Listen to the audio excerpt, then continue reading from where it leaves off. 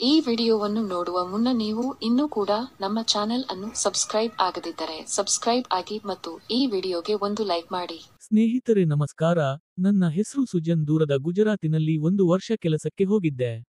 ಅಲ್ಲಿ ನಮ್ಮ ಅಮ್ಮನ ಗೆಳತಿ ಇದ್ರು. ಅವರ ಹೆಸರು ಅನಿತಾ ಅಂತ. ಅವರ ಗಂಡನಿಗೆ ವರ್ಗಾವಣೆ ಆಗಿತ್ತು.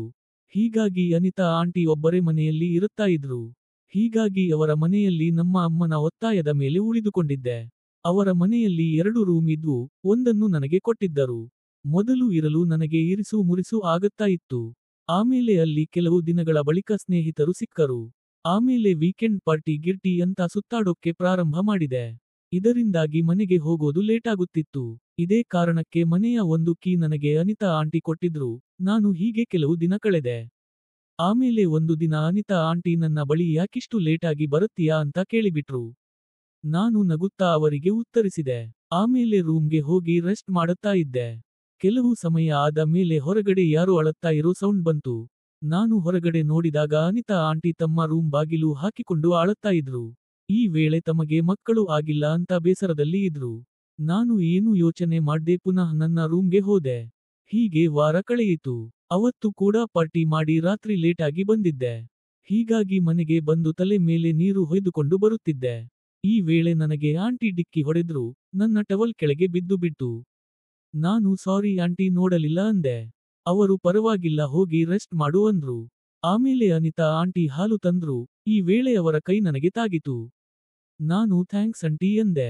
ಆದ್ರೆ ಅಷ್ಟಾಗಲೇ ಆಂಟಿಗೆ ನನ್ನೊಂದಿಗೆ ಕೆಲಸ ಮಾಡಬೇಕು ಅನಿಸಿತ್ತು. ಆಮೇಲೆ ಅವರು ಪಕ್ಕದಲ್ಲಿ ಕುಂತು ಮಾತಾಡಲು ಶುರು ಮಾಡಿದ್ರು. ಈ ವೇಳೆ ಅಂಕಲ್ ಬಗ್ಗೆ ವಿಚಾರಿಸಿದೆ. ಅವರು ಅಳಲು ಶುರು ಮಾಡಿದ್ರು. ಅವರಿಗೆ ತಮ್ಮ ಬಗ್ಗೆ ಆಸಕ್ತಿ ಇಲ್ಲ ಅಂತ ಬೇಸರಗೊಂಡ್ರು. ಈ ವೇಳೆ ಹೊರಗಡೆಯಿಂದ ಅಂಕಲ್ ಬಂದ್ರು. ಎಲ್ಲರೂ ಸೇರಿ ಊಟ ಮಾಡಿದೆವು. ಆಮೇಲೆ ಅವರವರ ರೂಮ್ಗೆ ಹೋದೆವು.